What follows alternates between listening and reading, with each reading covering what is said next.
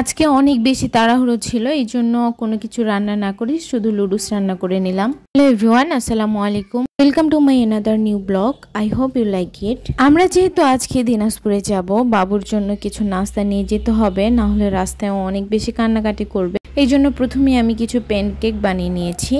তারপর আমি লুডুস রান্না করার জন্য প্রথমে ডিমটা ভালো মতো ভেজে নিচ্ছি। একেবারে ভালো মতো ভাজা হয়ে গেলে ডিমের যে একটা এক্সট্রা গন্ধ থাকে, এই গন্ধটা কিন্তু আর থাকে না। প্রিয় বন্ধুরা, তোমরা যারা এতক্ষণ পর্যন্ত আমার ভিডিওটি দেখছো, প্লিজ আমার ভিডিওতে একটা লাইক করে দিও।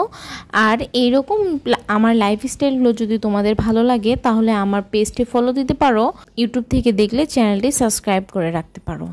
আমার পেজে আজকে একটা নতুন সমস্যা দেখা দিয়েছে, পেজের রিকমেন্ডেশন বন্ধ করে দিয়েছে ফেসবুক থেকে।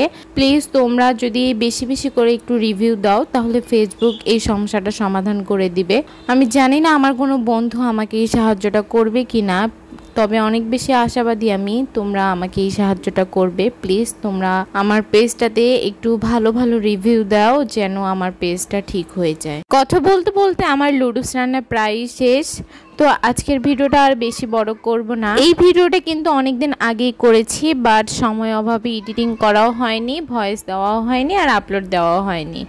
আজকে ভাবলাম ভিডিওটা তোমাদের সাথে শেয়ার করি।